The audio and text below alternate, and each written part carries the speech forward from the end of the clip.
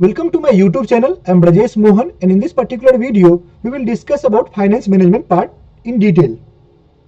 Basically, I have been simplifying different parts of syllabus for you, and till now we have covered prelim exam in two videos. One was separate video on general awareness. In the last video we discussed about economics and social issue. In future also we will discuss on descriptive answer writing as well as different parts of syllabus.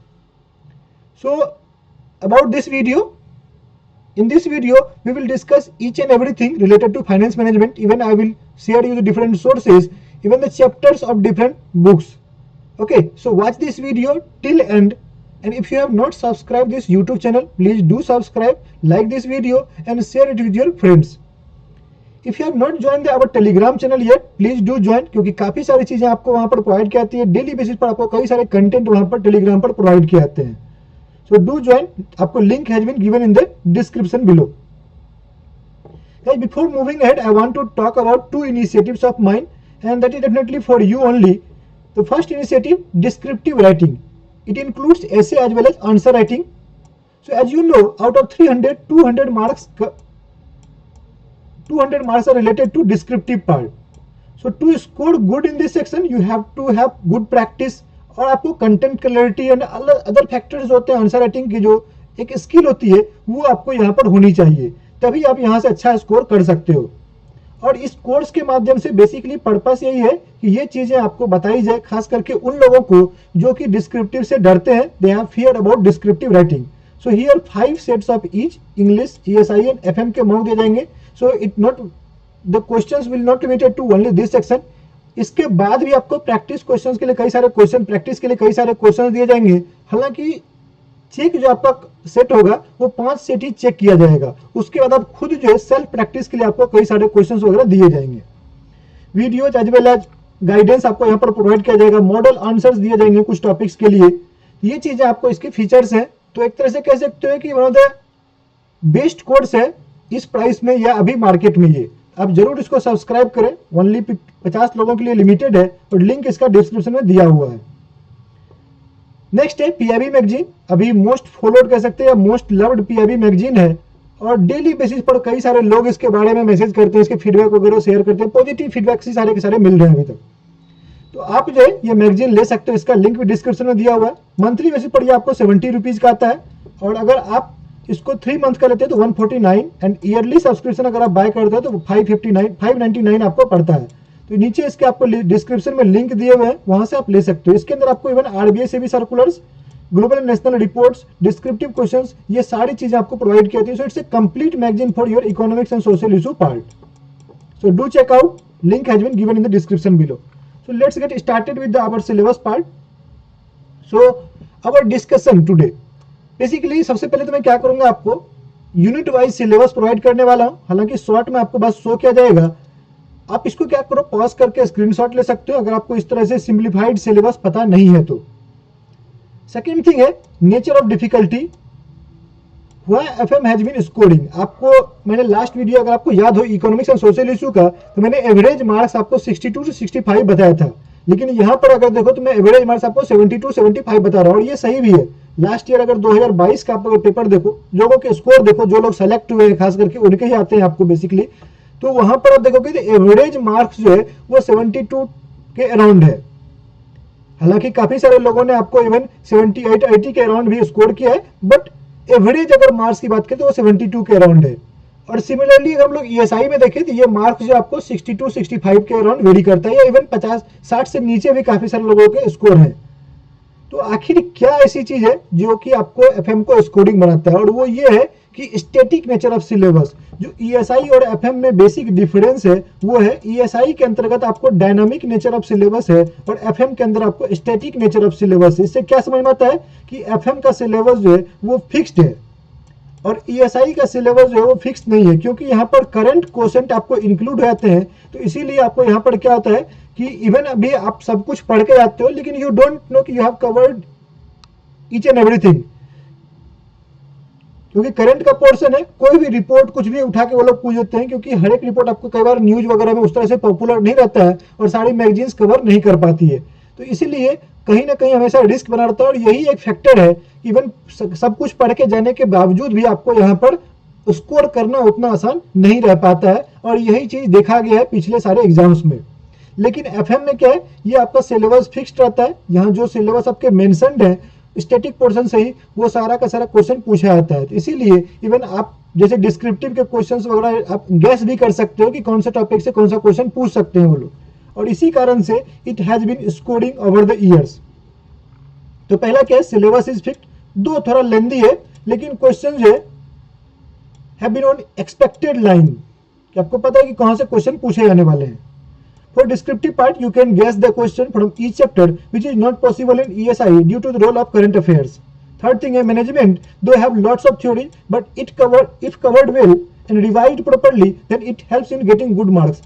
अब देखो obvious सी बात है, कई सारी theories है, आपको around 50 के लगभग थ्योरीज है कम से कम, तो वो चीजें अगर आप याद कर लेते हो, उसको अगर डायग्राम मेथड से आप अगर दिमाग में बैठा लेते हो, तो ऑब्वियसली आपको क्या होता है कि उसको आंसर लिखने में या हर जगह उसका आप इस्तेमाल कर सकते हो। उस पर अगर आपने प्रैक्टिस किया, उसको रिवाइज किया है, तो इट कैन बी मैनेजेबल, कि आप उसमें अच्छा स्कोर कर लेते हो, लोग कर भी रहे हैं। ये चीजें मेरे अनुसार जो है एक तरह से एफएम को स्कोरिंग बनाता है। आपके अकॉर्डिंग क्या लगता है, आप कमेंट बॉक्स के माध्यम से बता सकते हैं।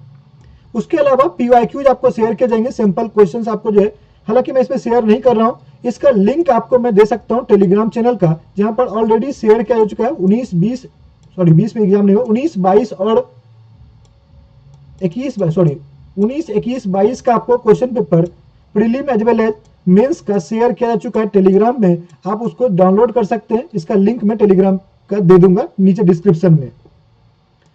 What are the sources to follow, ये तो हम लोग काफी डिटेल में डिस्कस करेंगे, क्योंकि काफी सारे लोगों को इसमें डाउट है और क्वेश्चन पूछते हैं कि सर कवर टू कवर पढ़ना है क्या। देखो इवन जो नोट्स वगैरह अवेलेबल है ना, जो समरी वगैरह पीडीएफ, उसको भी कवर टू कवर नहीं पढ़ना होता है, जितना आपका पोर्शन सिलेबस का है उतना ही आपको पढ़ना होता है। Okay, so finance management marks distribution क्या है, कि फाइनेंस से आपको यहाँ पर 50 से 55 मार्क्स रहेंगे, including objective as well descriptive. आपको तो पता है ना, 50 मार्क्स के आपके ऑब्जेक्टिव होते हैं और 50 मार्क्स के आपके डिस्क्रिप्टिव होते हैं। इस 50 मार्क्स में से आपको क्या पूछा जाता है, आपको 2 मार्क्स के 20 क्वेश्चंस पूछे जाते हैं और 10 मार्क्स के आपके 1 मार्कर क्वेश्चन पूछे जाते हैं। इसके लिए आपको 30 मिनट्स का टाइम मिलता है, ऑब्जेक्टिव है ये, और इसके लिए आपको 30 मिनट का टाइम दिया जाता है।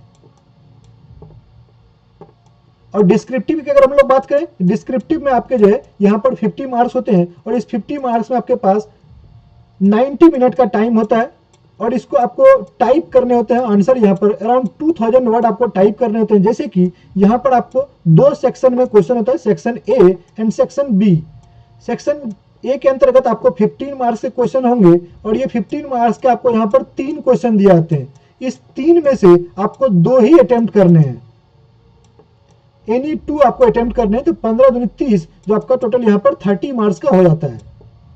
उसके अलावा आपको यहाँ पर 10 मार्क्स के भी 3 क्वेश्चन होते हैं, 10 into 3, बट उसको आपको यहाँ पर 2 ही अटेम्प्ट करने हैं, तो आपका यहाँ से 20 मार्क्स होता है, तो 30 + 20 आपका 50 हो गया। जो 15 मार्क्स के क्वेश्चन होते हैं उसके लिए वर्ड जो आपको 600 वर्ड्स आपको टाइप करने होते हैं, और जो 10 मार्क्स के लिए होते हैं उसमें आपको 400 वर्ड्स टाइप करने होते हैं। सो आप देख सकते हो कि 400 into 2 800 एंड 600 into 2 1200 मीन्स आपको 2000 वर्ड आपको टाइप करने हैं इन 90 मिनट्स। ये चीजें तो आपको पता ही होंगी, आपने अगर सिलेबस देखा होगा, लेकिन कोई बिगिनर है तो उसको एक तरह से आइडिया हो जाएगा। तो आपको मार्क्स कैसे आते हैं, मैनेजमेंट से आपको 45 के अराउंड मार्क्स होते हैं, और यहाँ से 55 के अराउंड जो मार्क्स आपको फाइनेंस से होते हैं। ये बेसिकली वेटेज रहता है, लेकिन ये फिक्स्ड वेटेज नहीं है। कई बार ऐसा देखा गया है कि आपको मैनेजमेंट कई बार 50-55 मार्क्स का पूछ जाता है और फाइनेंस क्वेश्चन कम हो जाता है। उन्होंने फाइनेंस एंड मैनेजमेंट कंबाइंड लिखा हुआ है, तो एक तरह से दोनों से क्वेश्चन आएगा, लेकिन ये फिक्स्ड नहीं कि कितना मार्क्स होगा। आपको कई बार फाइनेंस से ज्यादा आता है, कई बार मैनेजमेंट से भी ज्यादा आता है, तो ये चीज आपको दिमाग में रहना चाहिए।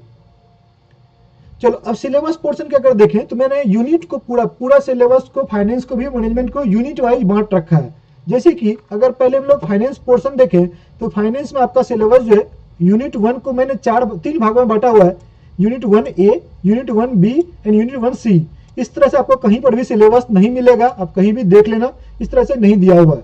तो आपको सबसे पहले आरबीआई नीट फंक्शंस के बारे में पढ़ने, और ये काफी अच्छे से पढ़ने, क्योंकि इंटरव्यू में भी आपको यहीं से क्वेश्चंस वगैरह रहते हैं, क्योंकि आरबीआई में आप वर्क करने जा रहे हो तो उसके बारे में आपको पता होनी चाहिए। सो पूरा का पूरा इन आउट आपको पता होना चाहिए। तो रिजर्व बैंक ऑफ इंडिया, इसके functions and conduct of monetary policy आपको एक तरह से पूरी की पूरी क्लियरिटी होनी चाहिए। अगर हम लोग 1B की बात करें तो regulators of financial sector and all India financial institutions. आप में से काफी सारे लोग जो है AIFI से कंफ्यूज करते हैं। बेसिकली भारत में 5 रेगुलेटर हैं फाइनेंशियल सेक्टर के, अब तो 6 हो गए। आरबीआई, सेबी, IRDAI, PFRDA, उसके अलावा IFSCA, ये बेसिकली 5 रेगुलेटर हैं।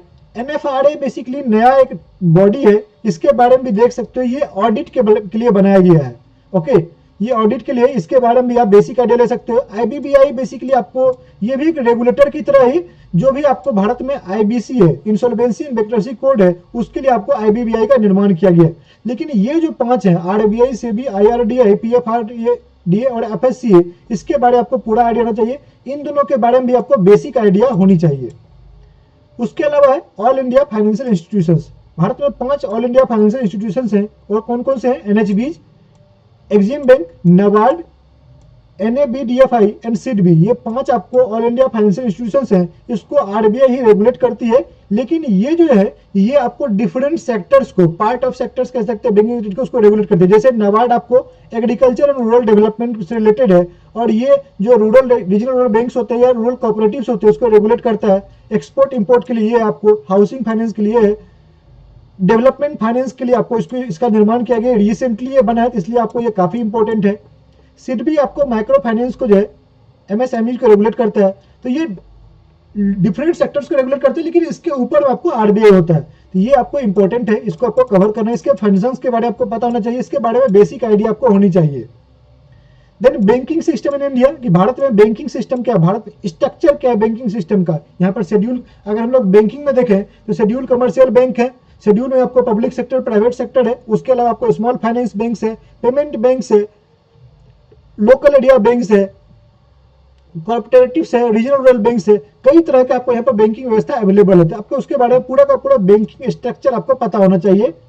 और इवन कंसर्न्स की अगर बात करें तो क्या क्या चैलेंजेस वो फेस कर रहे हैं, किस तरह से इशू फेस कर रहे हैं, उसके बारे में आपको आइडिया होनी चाहिए।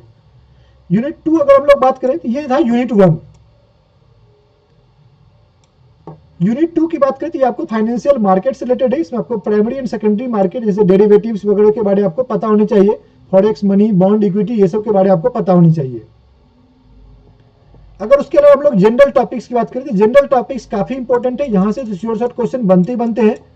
और उसमें से भी आपको जो 2 साल से देखा जा रहा है तो वो impact of global financial crisis के बारे में वो लोग काफी क्वेश्चंस पूछ रहे थे। ये आपका पहला टॉपिक, इसलिए मैंने फर्स्ट में रखा है।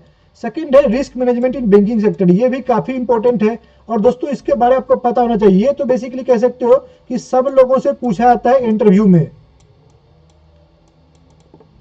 बेसिक्स ऑफ डेरिवेटिव, आपको डेरिवेटिव्स के बारे में पता होना चाहिए। ओके, फाइनेंशियल इंक्लूजन महा इंपॉर्टेंट है। अभी काफी सारे रिपोर्ट्स आते हैं, आरबीआई जो काफी इस पर वर्क कर रहा है फाइनेंशियल इंक्लूजन पर, तो ये भी आपको काफी इंपॉर्टेंट है। इससे रिलेटेड आपको जो है इवन इंटरव्यू वगैरह में भी क्वेश्चन पूछे जाते हैं। Alternative source of finance, Bharat सरकार डिफरेंट सोर्सेस पर वर्क कर रही है फाइनेंस करने के लिए, ताकि जैसे PPP होता है या private and social cost benefit हो गया, ये सब चीजों के ऊपर आपको वर्क कर रही है जैसे, तो उसके बारे में आपको पता होना चाहिए। Then there is corporate governance in banking sector, एक अलग उन्होंने यूनिट बना रखा है कॉर्पोरेट गवर्नेंस। हालांकि उन्होंने कॉर्पोरेट गवर्नेंस बैंकिंग सेक्टर यहां पर भी डाल रखा है, लेकिन कॉर्पोरेट गवर्नेंस इन जनरल भी आपको एक टॉपिक दिया गया है। Role of e governance in issuing address, तो ये दोनों चैप्टर को बेसिकली आप कॉर्पोरेट गवर्नेंस के अंदर ही पढ़ सकते हो, हालांकि यहां पर भी का रोल है। फिनटेक महा इंपॉर्टेंट है, क्योंकि आप देख रहे हो कि फिनटेक पर किस तरह से आरबीआई वर्क कर रही है, एक अलग सेपरेट डिवीजन बनाया गया है फिनटेक के लिए। Then there is WPI and CPI, मतलब इन्फ्लेशन अभी बढ़ रहा है और आरबीआई इसको मैनेज करने में कहीं ना कहीं काफी मशक्कत आरबीआई को करना पड़ रहा है, इन्फ्लेशन टारगेटिंग रिलेटेड। तो आप जो है ये चीज जरूर कर लेना, इन्फ्लेशन को आप जरूर पढ़ के जाना। देन यूनिट 4 आता है। यूनिट 4 में करंट अफेयर्स बेस्ड टॉपिक्स है। आपको पता है कि जैसे फाइनेंस में कुछ करंट के भी टॉपिक भी होते हैं, जैसे कि आरबीआई एनुअल रिपोर्ट पर लास्ट ईयर उन्होंने ESI में एक 10 मार्क्स का क्वेश्चन पूछ दिया उन्होंने, तो ये चीजें आपको पता होनी चाहिए। Reports on trend and progress in banking sector, हालांकि ये सारी चीजें मैं आपको कवर कर रहा हूँ, अपने PIB मैगजीन में ये चीजें आपको अवेलेबल होती है, वहां से आप इसको कवर कर सकते हो। Material sourced from RBI website, RBI पर आपको स्पीच नोटिफिकेशन, ये तो मैं हमेशा टेलीग्राम पर शेयर करते रहता हूँ कि जब भी आपको कुछ नए स्पीच नोटिफिकेशन होते हैं, सर्कुलर्स होते हैं, वो आपको वहां पर शेयर किए जाते हैं। उसके अलावा global financial market and international banking, जैसे ब्रॉड ट्रेंड क्या चल रहा है, लेटेस्ट डेवलपमेंट क्या है, जैसे कि आप देख रहे हो अभी जो रिसेशन का ट्रेंड चल रहा है, या अगर हम लोग बात करें कि जो फेड की टेपरिंग चल रही है दुनिया भर में क्या हो रही है, जो अलग अलग सेंट्रल बैंक्स हैं वो आपको इंटरेस्ट रेट हाइक कर रही है। उसके अलावा दुनिया भर की सेंट्रल बैंक जो है वो क्रिप्टो करेंसी से फाइट कर, क्रिप्टो करेंसी के अगेंस्ट एक तरह से मोबिलाइज किया जा रहा है लोगों को, और इसमें भारत का रोल काफी बड़े हद तक है। अनदर थिंग क्या है, सब लोग अपना खुद का डिजिटल करेंसी पर वर्क कर रहे हैं, तो ये सब चीजें आपको एक तरह से ग्लोबल फाइनेंशियल मार्केट में चल रहा है और ये ट्रेंड है। तो जो भी ब्रॉड ट्रेंड या लेटेस्ट डेवलपमेंट उसके बारे में आपको पता होनी चाहिए। Changing landscape of banking sector, कैसे बैंकिंग सेक्टर में बदलाव आ रहा है। पहले जैसे आप बैंकिंग देखते थे, आज जो बैंकिंग उसमें काफी बदलाव आ चुका है। आप इवन आप बैंक जाने की, ब्रांच जाने की जरूरत नहीं पड़ती है, आप मोबाइल से सारा कुछ कर लेते हो। ये एक तरह से बदलाव आ रहा है कि जो changing landscape of banking sector है उसके बारे में आपको क्या पता है, ये चीजें यहाँ पर होती है। Then there is union budget, ये तो आपको ईएसआई में पढ़ते हो और ये कॉमन चैप्टर है। चलो उसके अलावा अगर हम लोग बात करें मैनेजमेंट का, नेक्स्ट टॉपिक है मैनेजमेंट का। मैनेजमेंट में अगर बात करो तो यहाँ पर भी मैंने आपको यूनिट वाइज सिलेबस को बांट रखा है, जैसे कि आप देख सकते हो 5 से 7 यूनिट, टोटल 7 यूनिट्स में मैंने बांट रखा है सिलेबस को, और वन बाय वन करके देख लेते हो, थोड़ा बहुत इसमें आपको आइडिया हो जाएगा। यूनिट 1 आपको जनरल मैनेजमेंट है, इंट्रोडक्शन टू मैनेजमेंट है, इवोल्यूशन ऑफ। एक सबसे पहले चीज जो मैं डाउट क्लियर कर देना चाहता हूं और वो ये है कि आप लोग, कई सारे लोग समरी पीडीएफ वगैरह फॉलो करते हैं डिफरेंट डिफरेंट कोचिंग इंस्टीट्यूट्स का, और देखो जो उनके नए पीडीएफ है उसमें काफी कुछ उन्होंने बदलाव किया हुआ है, लेकिन आप अभी जो टेलीग्राम वगैरह पर या फ्रीली जो अवेलेबल है वो कहीं ना कहीं पुराने पीडीएफ है 2017 वगैरह के, 2019 वगैरह के अवेलेबल है, और उन वो पीडीएफ में पुराने सिलेबस के माध्यम से कंटेंट दी गई है। और जैसा कि आपको पता है कि उन्होंने 2021 में सिलेबस को चेंज कर दिया, खास करके मैनेजमेंट का सिलेबस में काफी बदलाव आया है, और सबसे ज्यादा समरी पीडीएफ फॉलो किया जाता है मैनेजमेंट के लिए ही फॉलो किया जाता है। और इस कारण से एक बड़ा कंफ्यूजन जो स्टूडेंट के अंदर में है कि कौन सा चीज फॉलो करना चाहिए, क्या जो थ्योरीज मेंशन नहीं है उसको भी पढ़ना चाहिए। जैसे कि अगर आप मोटिवेशन में देखो तो आप कंटेंट थ्योरी में बस आपको इतने दिए गए हैं, प्रोसेस थ्योरी में तो बस 2 ही दिया गया है, लेकिन पुराने सिलेबस में आपको ये चीजें थ्योरी के नाम मेंशन नहीं थे, आपको बस कंटेंट एंड प्रोसेस थ्योरी लिखा हुआ था। तो कंटेंट थ्योरी के अंदर अगर 8 से 10 आते हैं, प्रोसेस में भी 8-10 आपको थ्योरी होते हैं, वो सारे के सारे आपको पढ़ने के लिए वहां पर अवेलेबल थे। लेकिन करंट सिलेबस में क्या है कि बस आपको उन्होंने यहाँ पर कंटेंट थ्योरी के अंतर्गत Maslow, ERG theory, theory of needs and Herzberg के थ्योरी आपको यहाँ पर बोले गए, बस 4 है, और प्रोसेस के 2, बस 6 थ्योरीज आपको यहाँ पर उन्होंने बोला पढ़ने के लिए। ये चीज आपको ध्यान होनी चाहिए कि जो सिलेबस में मेंशन पिछले 2 साल में देखा गया है कि उन्होंने सिलेबस से बाहर नहीं पूछा है, तो जो सिलेबस से मेंशन है उन्हीं चीजों को आप बार बार और अच्छे से करो, तो ऑब्वियस ही बात है आप अच्छा आंसर भी लिख सकते हो और अच्छा स्कोर भी कर सकते हो। तो कुछ बाहर जाने की जरूरत नहीं है, इन्हीं चीजों को आपको मल्टीपल टाइम्स पढ़ने हैं। देखो 3 जगह से या 3 चीजों को नहीं पढ़ना होता है, आपको एक ही चीज को जो दिया हुआ है, एक ही कंटेंट को आपको 3 बार पढ़ोगे तो ऑटोमेटिक सी बात है आपको काफी हद तक चीजें समझ में भी आएगी और याद भी रहेगी। और मैनेजमेंट के लिए तो ये पूरा का पूरा ट्रू है, राइट। तो इवोल्यूशन जो आपको पूरा पता होना चाहिए, जैसे साइंटिफिक, एडमिनिस्ट्रेटिव, ये सब आपको पता होना चाहिए। यहाँ पर सबसे इंपॉर्टेंट जो है वो है नज थ्योरी। नज थ्योरी से क्वेश्चन आपको यहाँ पर काफी इंपॉर्टेंट बनता है। उसके अलावा मैनेजमेंट के जो डिफरेंट फंक्शंस होते हैं, मैनेजरियल रोल्स होते हैं, एक मैनेजर कैसा होना चाहिए, इस चीज पर आपको क्वेश्चंस वगैरह, उसके क्या फंक्शंस होते हैं, इस पर क्वेश्चन आपको पूछे जाते हैं। तो ये दोनों जो है आपको काफी इंपॉर्टेंट है। तो मैंने क्या बोला था आपको, स्टार्ट में बोला था कि मैनेजमेंट जो है आप उसको देख के गैस कर सकते हो कि ये क्वेश्चन पूछ सकता है, ये काफी इंपॉर्टेंट टॉपिक है। ये मैनेजमेंट की खासियत है क्योंकि लिमिटेड है। ओके, मोटिवेशन में आपको ये बस कंटेंट एंड प्रोसेस पता होना चाहिए, और इसके बारे में जैसे मास्लो की थ्योरी है उसके बारे में आपको पता होना चाहिए कि जैसे क्वेश्चन लोग पूछ सकते हैं कि बेस्ड ऑन मास्लो के अनुसार जो मैसेज मोटिवेशन के क्या फीचर्स होते हैं, क्या चीज होती है, इस तरह से आपको लोग क्वेश्चन पूछ सकते हैं। तो ये आपको पूरा का पूरा इस तरह से पढ़ो कि डिस्क्रिप्टिव भी लिख सकते हो इस पर। ओके, या उन्होंने कर दिया कि discuss different content theory, discuss 3 content theories of motivation, इस तरह से भी क्वेश्चन लोग पूछ सकते हैं। आपको ऐसे पढ़ना है कि आपके ऑब्जेक्टिव पार्ट के लिए भी और डिस्क्रिप्टिव पार्ट के लिए कवर हो जाए। देन कम्स द लीडरशिप, ये भी काफी इंपॉर्टेंट है, इसमें कॉन्सेप्ट एंड इंपॉर्टेंस। लेकिन यहाँ पर देखो थ्योरीज जो उन्होंने मेंशन किया हुआ है, trait, behavioural, contingency and charismatic जो है, ये आपको, उसके अलावा ट्रांजैक्शन ट्रांसफॉर्मेशन लीडरशिप के बारे में उन्होंने बात की है। तो फर्स्ट ईयर में उन्होंने क्या किया था, डिफरेंस पूछ दिया था, ट्रांजेक्शनल एंड ट्रांसफॉर्मेशनल लीडरशिप के डिफरेंस पूछ दिए थे। इस तरह से वो लोग क्वेश्चन पूछते रहते हैं, राइट। यूनिट 4 की बात करें, ये काफी इंपॉर्टेंट है, ऑर्गेनाइजेशन बिहेवियर, और ये आपको नया एडिशन है, ये आपको नए सिलेबस में ये अलग से इंक्लूड किया गया, OBNOD, इसको हम लोग क्या बोलते हैं, organisation behaviour and organisation development. ये आपको नया यूनिट ऐड किया गया है। इसमें आपको यूनिट में 2 भाग है, पहला आपको जैसे कि, और इसमें सारे टॉपिक जैसे emotional intelligence, interpersonal relationship, conflict, organisational change, organisational development के अंदर जैसे कर्ट लुइस का थ्योरी है, फिर रिलेवेंस थ्योरी है, action research model, positive model, ये सब कुछ इंपॉर्टेंट है, राइट। जैसे हम लोग पर्सनालिटी की बात करें या परसेप्शंस की बात करें, तो इसमें एक एक पॉइंट जो इंपॉर्टेंट है, इसको आप अच्छे से करें, ये काफी इंपॉर्टेंट है, महा इंपॉर्टेंट कह सकते हैं, यहां से आपको क्वेश्चन बनता ही बनता है, राइट। लास्ट ईयर उन्होंने क्या पूछा, 2022 में उन्होंने एक डिस्क्रिप्टिव पूछा, और वो कम्युनिकेशन से था। उसमें क्या पूछा उन्होंने, बैरियर्स टू कम्युनिकेशन के बारे में उन्होंने पूछ लिया। तो ये चीजें आपको पता होनी चाहिए। देखो एक एक जो मैंने लिख रखा है ना अलग अलग करके, ये इसलिए लिख रखा है कि इस पर आपको आंसर्स प्रिपेयर होने चाहिए, पूरा डिटेल कंटेंट आपको प्रिपेयर होना चाहिए। जैसे उन्होंने पूछ दिया कि कम्युनिकेशन चैनल्स क्या है, what are the steps in communication process, इस तरह से क्वेश्चन वो लोग पूछ रहे हैं।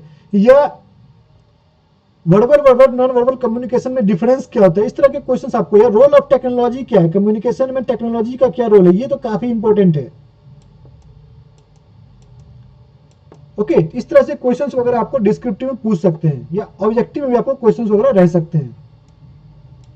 ये 2 जो यूनिट है, ये नया यूनिट है, नया एडिशन है, और ये ethics and corporate governance. Okay, ये एक सेपरेट सब्जेक्ट होता है, अलग सब्जेक्ट ही होता है। जैसे हम लोग बात करें कि अब जो मैनेजमेंट है, वो मैनेजमेंट बेसिकली 2 भागों में बटा हुआ है, कि एक आपको मैनेजमेंट एज वेल है, सेकंड आपको उसी में पार्ट है एथिक्स एंड कॉर्पोरेट गवर्नेंस। तो आपको यहाँ पर 5 यूनिट जो है वो मैनेजमेंट के हैं, और 2 यूनिट आपको कॉर्पोरेट गवर्नेंस के दिए हुए। तो बेसिकली आपको यहाँ पर 3 बुक को फॉलो करना पड़ेगा अगर आप मैनेजमेंट को पूरा कवर करना चाहते हैं। और वो कौन कौन से हैं, जैसे कि आपको ये वाला टॉपिक, ये टॉपिक, लीडरशिप और कम्युनिकेशन, ये 4 टॉपिक आपको एक बुक में मिल जाते हैं। Organisation and behaviour and organisation development के लिए एक सेपरेट बुक आती है, ओके, ऑर्गेनाइजेशन डेवलपमेंट के लिए, उससे आपको फॉलो करना पड़ेगा, ये यूनिट अलग से आपको पढ़ना पड़ेगा। And then there is ethics and corporate governance, इसके लिए आपको सेपरेट फॉलो करने पड़ेंगे। तो एक तरह से कह सकते हो मैनेजमेंट में 2 नहीं, मैनेजमेंट में उन्होंने 3 पार्ट कर रखा है। ओके, इस मैनेजमेंट को उन्होंने 3 भागों में बांट रखा है। सबसे पहले तो आपको मैनेजमेंट जो हम लोग का पहले वाला था, जनरल मैनेजमेंट कह सकते हो, वो वाला हो गया। उसके अलावा OBOD हो गया, OBNOD हो गया, एंड थर्ड है आपको एथिक्स एंड कॉर्पोरेट गवर्नेंस। तो हम लोग तीनों के लिए बुक देख लेते हैं। ओके, हालांकि अगर आप लोगों को एक्सेसिबल है, कोई भी अगर PDF वगैरह आप यूज कर सकते हो, उसका इस्तेमाल करके आप कवर कर सकते हो चीज़ों को, या गूगल का इस्तेमाल कर सकते हो। खास करके OBOD के लिए आप गूगल का इस्तेमाल करो, हर एक टॉपिक से रिलेटेड आपको कंटेंट, अच्छा खासा कंटेंट मिल जाता है। बस आपको नोट्स प्रिपेयर करना है, और उसी नोट्स को आपको 4-5 बार पढ़ना है। जैसे कर्ट लुईस थ्योरी डालोगे गूगल पर तो आपको ऑटोमेटिकली मिल जाएगा। आगे में MBA डाल देना, या आपको PGDM डाल देना, इस तरह से कुछ अगर कीवर्ड डाल दोगे जो बेसिकली उस कोर्स से रिलेटेड आपको कंटेंट मिल जाता है, और उसको आप नोट्स वगैरह प्रिपेयर कर लेते हो। जैसे बिग 5 मॉडल हो गया, ये सब काफी इंपॉर्टेंट है, डायरेक्ट क्वेश्चन बनता है इन सब पर। ओके, तो एथिक्स की बात करें तो यहां पर ऐसे कॉर्पोरेट गवर्नेंस में देखो, तो उन्होंने सिलेबस में बस ये चीज मेंशन कर रखा है, लेकिन इसके अलावा भी काफी चीजें होती है। जैसे कि मैंने ऑलरेडी बताया कि जो corporate governance in banking sector है, या रोल ऑफ ई गवर्नेंस है, वो यहां भी पूछ सकते हैं आपको, इसको क्वेश्चन बन सकता है। तो आपको कॉर्पोरेट गवर्नेंस होता क्या है, इसके बेनिफिट्स क्या है, चैलेंजेस क्या है इसमें इंप्लीमेंट करने में, pillars and elements of good corporate governance क्या होता है, ये आपको पता होना चाहिए। कि सेबी एंड RBI का फ्रेमवर्क क्या है कॉर्पोरेट गवर्नेंस से रिलेटेड, ये आपको पता होना चाहिए। रिसेंटली कुछ कमिटीज बने हैं, जैसे सबसे इंपॉर्टेंट है और सबसे लेटेस्ट है कोटक कमिटी। ओके, उदय कोटक जो कोटक महिंद्रा बैंक के आपको हेड है, उनके नेतृत्व में कमेटी बनी थी 2017 में, और उसका वो कमेटी लेटेस्ट कमेटी है, और उसके रिकमेंडेशंस आपको पता होनी चाहिए। इसके अलावा स्कैम्स वगैरह हुए हैं, रिसेंट कुछ स्कैम्स वगैरह हुए हैं। और कौन कौन से स्कैम है, यस बैंक का स्कैम था। बैंकिंग सेक्टर में अगर बात करो तो मेजर में आपको यस बैंक था। अभी रिसेंटली आपने देखा कि जो चंदा कोचर थी ICICI बैंक का, और उनके हस्बैंड को अरेस्ट कर लिया गया था, हालांकि उनको रिलीज कर दिया गया। तो ये यस बैंक, उसके अलावा आईसीआईसी बैंक था। उसके अलावा सबसे बड़ा देखो तो कौन सा है, दूसरा वाला डीएचएफएल था, ये भी बैंकिंग सेक्टर में सबसे बड़ा फ्रॉड कह सकते हो। आईसीआईसी बैंक था, देन डीएचएफएल क्राइसिस था। देखो ये सब ना बेसिकली आपको ऐसा नहीं कि क्वेश्चन ये लोग पूछेंगे इसी से, आपको अगर कॉर्पोरेट गवर्नेंस में क्वेश्चन पूछा जाता है या corporate governance in banking sector question पूछा जाता है तो आपको यहाँ पर एग्जाम्पल्स ऐड करने होते हैं, कमिटी के रिकमेंडेशंस ऐड करने होते हैं आपके आंसर को बेहतर बनाने के लिए। ओके, और ये चीजें आपको तभी आप कर पाओगे जब आपको इसके बारे में पता होगा, ये स्कैम्स के बारे में आपको आइडिया होगा, देन ओनली आप इस पर जो है अच्छा से इसका यूटिलाइज कर सकते हो, इसको आप आंसर में मेंशन कर सकते हो। आई होप आपको ये पता हो, आप अंडरस्टैंड करते हो। तो ये कमिटी जरूर देख लेना, इन कमिटी का इस्तेमाल करके आप आंसर को बेहतर बना सकते हो। आपको ई गवर्नेंस के जो डिफरेंट इनिशिएटिव्स लॉन्च किए गए हैं, जैसे आपको सुपर टेक अभी लॉन्च किया गया, दक्ष करके लॉन्च किया गया था आरबीआई के द्वारा, वो क्या है कि सुपरवाइजरी के लिए है बेसिकली। इस तरह के जो सुपरवाइजरी के लिए आपको एप्स वगैरह या जो इनिशिएटिव्स लॉन्च किए गए हैं आरबीआई के द्वारा, सेबी के द्वारा या गवर्नमेंट के द्वारा, उसके बारे में आपको पता होने चाहिए, तभी आप उसको मेंशन कर सकते हो, तभी उसको आप लिख सकते हो। ये तो हो गई कॉर्पोरेट गवर्नेंस। इथिक्स में भी आपको जो है मीनिंग पता होना चाहिए, थ्योरीज ऑफ एथिक्स हो गया, moral issues in businesses, ethical principles in businesses, ये चीजें आपको यहाँ पर मेंशन की गई है, उसको आपको देखना है। जैसे आप यहाँ पर देखो, ये जो है इगोइज्म थ्योरी, रिलेटिविज्म थ्योरी, ये सब थ्योरी आपको पता होनी चाहिए। Okay guys, so now let's come to the book part, जो सोर्सेस हैं। देखो सोर्सेस काफी ज्यादा है यहाँ पर, 3 से 4 बुक आपको फॉलो करनी होती है। जैसे कि अगर हम लोग बात करें फाइनेंस पोर्शन के लिए, हालांकि मैं आजकल आपको एम.वाई. खान रिकमेंड करता हूं, लेकिन एम.वाई. खान का आपको चैप्टर्स मैंने नोट डाउन नहीं किया था, इसीलिए मैंने आपको भारती पाठक का यहाँ पर रिकमेंड किया है, क्योंकि इसके चैप्टर्स मुझे पता है, तो वो चीजें आपको है। तो जिन लोगों ने एम.वाई. खान ले रखा है, मैंने टेलीग्राम पर शेयर भी किया हुआ है, उसके चैप्टर्स भी मार्क किए हुए हैं मैंने, तो वो लोग फॉलो करें। लेकिन आप भारती पाठक भी फॉलो कर सकते हैं। भारती पाठक के साथ साथ आपको, आप में से काफी सारे लोग बैंकिंग में ऑलरेडी बैंक में वर्क कर रहे हैं, उन्होंने जैब और कैप दिया होगा। तो एक जैब की बुक आती है, principle and practice of banking. Okay, ये बुक आती है जैब के लिए, इसके भी कुछ चैप्टर्स आपको फॉलो करने पड़ेंगे, और दोनों को मिलाकर आपका पूरा सिलेबस कंप्लीट होता है। ओके, या तो आप किसी समरी पीडीएफ का इस्तेमाल कर लो, सभी कोचिंग इंस्टीट्यूट के पीडीएफ आजकल टेलीग्राम वगैरह पर मिल जाते हैं। ओके, क्योंकि उन्होंने ओपन कर रखा है, शायद इस बात पता नहीं उन्होंने आपने क्यों ओपन कर रखा है। ओके, जो भी रीजन हो, आपको अगर मिल रहे हैं तो आप उसका इस्तेमाल कर सकते हो। अगर हम लोग बात करें मैनेजमेंट के लिए, तो मैनेजमेंट के लिए आपको ये 2 बुक है, दोनों एल.एम. प्रसाद की बुक है। पहला आपको है principle and practice of management, और दूसरा आपको है ऑर्गेनाइजेशनल बिहेवियर। ओके, अब देखो मैंने जैसे बोला ना कि पूरा का पूरा आपको सिलेबस है मैनेजमेंट का 3 भागों में बटा हुआ है, 1, 2 और तीसरी बुक आपको कौन सी है, तीसरी बुक है आपको, या तो आप ये वाली बुक फॉलो कर सकते हैं, और लिखा हुआ है यहाँ पर आप, और है, ऐसा मत समझना कि दोनों फॉलो करनी है, इन दोनों में से। हालांकि जो आरबीआई है,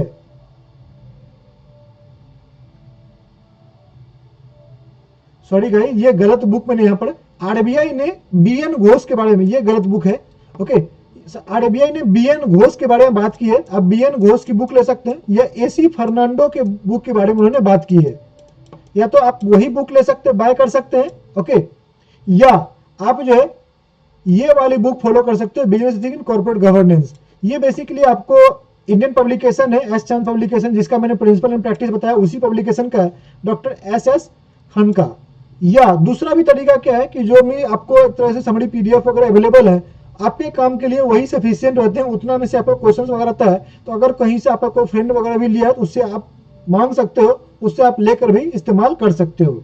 ओके, या आपने अगर कोर्स बाय किया है तो कोई बात ही नहीं है, वो चीज आप इस्तेमाल कर सकते हो। तो बीएन घोष या आप ये वाली बुक ले सकते हो। तो तीसरी बुक आपको यही बेसिकली पड़ता है। तो आप में से काफी सारे लोग बुक वगैरह के लिए रिकमेंडेशन मांगते हो, तो ये तीसरी बुक होगी।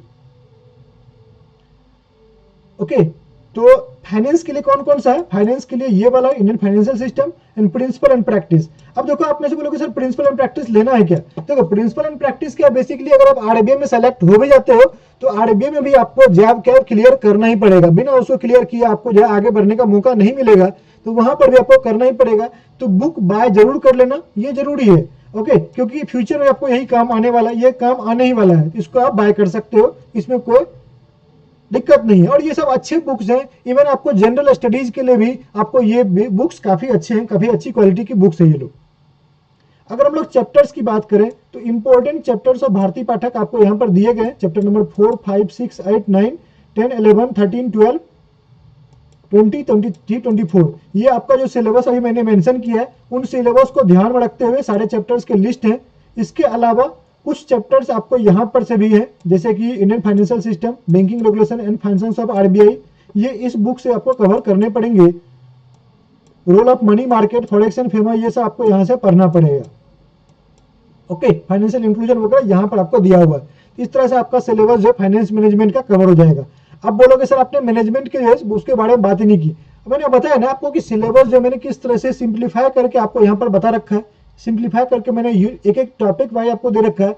बस आपको यही टॉपिक्स और इन्हीं चीजों को इन बुक से कवर करना है, या आप जो है गूगल का भी इस्तेमाल कर सकते हैं, समरी पीडीएफ का इस्तेमाल करके इन्हीं चीजों को कवर करना है, इसके बाहर नहीं करना है। क्लियर? ओके, चलिए अंत में जो है थोड़ा सा और हम लोग सिलेबस एंड सोर्सेज को देख लेते हैं। जैसे अगर बात करो, ये मैंने ऑलरेडी बताया आपको कि 100 मार्क्स है, 30 मिनट एंड 90 मिनट का आपको एक तरह से पेपर होता है। जो 30 क्वेश्चन 50 मार्क्स आपको रहेंगे। तो वेटेज इसमें क्या होता है, ऑब्जेक्टिव में आपको फाइनेंस एंड मैनेजमेंट दोनों रहता है। कई बार क्या होता है कि फाइनेंस के ज्यादा क्वेश्चन पूछ लेते हैं, कई बार मैनेजमेंट के ज्यादा ऑब्जेक्टिव पूछ लेते हैं। लेकिन यहाँ पर जैसे कि पता है आपको 20 क्वेश्चन आपके 2 मार्क्स वाले होंगे। जो जनरली 2 मार्क्स वाले क्वेश्चन डिफिकल्ट होते हैं, आपको पैसेज दिया होता है और पैसेज पर बेस्ड आपको 2 से 3 क्वेश्चन एक ही में आपको पैसेज में दिया जाता है। और ये आपको मैनेजमेंट में होता है, मैनेजमेंट आपको केस स्टडी बेस्ड क्वेश्चन वगैरह पूछे जाते हैं। सो cover each and every mention topic in syllabus. आप यहाँ पर सेलेक्टिव मत होना, सब जो भी चीजें मेंशन है उसको तो एटलीस्ट जरूर करना है। नोट्स में सेलेक्टिव हो सकते हैं, टॉपिक में सेलेक्टिव नहीं होना है, ये चीज आपको जरूर ध्यान रखना है। ये आपको आरबीआई से भी सर्कुलर जो भी होते हैं या रिपोर्ट्स होते हैं, ये सब आपको जरूर पता होना चाहिए, उसके अपडेट्स आपको जरूर पता होना चाहिए। ऑटोमेटिकली आप ये चीजें कवर कर रहे हो करंट अफेयर्स के पोर्शन में, तो वो आपको पता होंगी ही। केस स्टडी बेस्ड क्वेश्चंस वगैरह प्रैक्टिस करो मैनेजमेंट से, क्योंकि ये आपको इंपॉर्टेंट होगा, आपके एग्जाम में पूछे जाएंगे। उसके अलावा क्या है, डिस्क्रिप्टिव आंसर राइटिंग की अगर बात करें तो डिस्क्रिप्टिव आंसर राइटिंग में आपको यहाँ पर जो है मैनेजमेंट में make unit wise questions list and use example and case study. सबसे बड़ा ब्लंडर जो मैं देख रहा हूँ, जो स्टूडेंट वगैरह मुझे क्वेश्चंस भेजते हैं चेक करने के लिए, वो ये है कि मैनेजमेंट में वो लोग एग्जाम्पल या केस स्टडी मेंशन ही नहीं करते।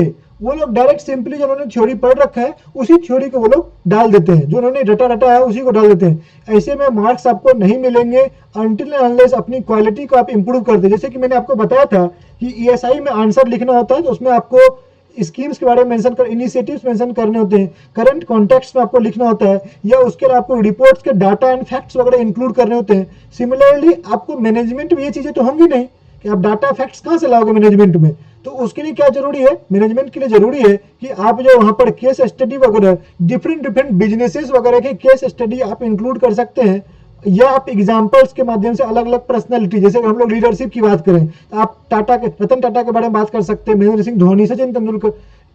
महेंद्र सिंह धोनी काफी टाइम तक कैप्टन रहे, तो उनके बारे में आप मेंशन कर सकते हैं। तो उनकी क्या लीडरशिप ट्रैट थी, वो कैसे लीडर थे, ट्रांसफॉर्मेशनल थे, ट्रांजेक्शनल थे। तो ये चीजें आप जो बेसिकली मेंशन नहीं करोगे तो आपके मार्क्स नहीं मिलेंगे। ये मैं अभी क्लियरली इसी वीडियो में बता देता हूँ। तो आपको कम से कम 20 से 30 ये चीजें केस स्टडी या एग्जांपल्स याद होनी चाहिए, अलग अलग टॉपिक से रिलेटेड।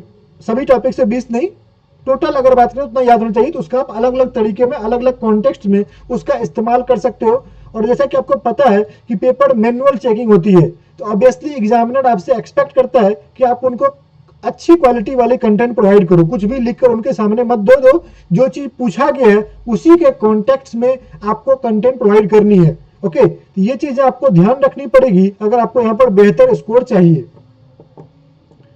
सेकेंड थिंग है study materials by different coaching institute. देखो ये भी आप इस्तेमाल कर सकते हो, इसमें कोई दुराई नहीं है कि ये चीजें आपको, इसमें काफी डिटेल मटेरियल वगैरह अवेलेबल है।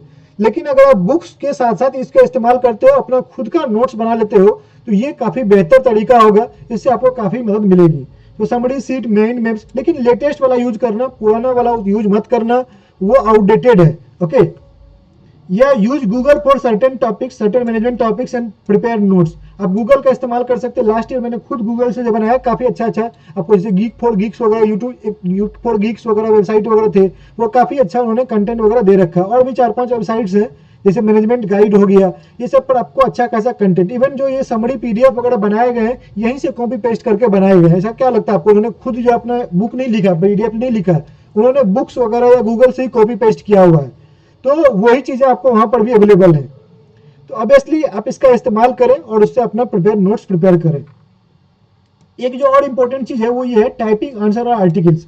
स्टार्ट राइटिंग और other typing, you need to match your thinking speed with your typing speed. और यही मैं बार बार आप लोगों को बोल रहा हूँ कि देखो, ये एग्जाम में जस्ट टाइपिंग नहीं है, ये आपको कोई टाइपिंग क्लरिकल जॉब नहीं है जहां पर आपको टाइपिंग स्पीड आपसे पूछी जा रही है। नो, यहाँ पर बेसिकली आपको आंसर को टाइप करना, ऑनलाइन फॉर्मेट में आंसर है तो आपको अच्छी क्वालिटी वाली चीजों को वहां पर टाइप करने हैं। बेसिकली आपको जहां पर लिखते थे वहां पर टाइप करनी है, ये चीजें बस डिफरेंस है। लेकिन आपको ऐसा नहीं कि टाइपिंग है आपको कुछ कंटेंट कुछ भी लिख दिया।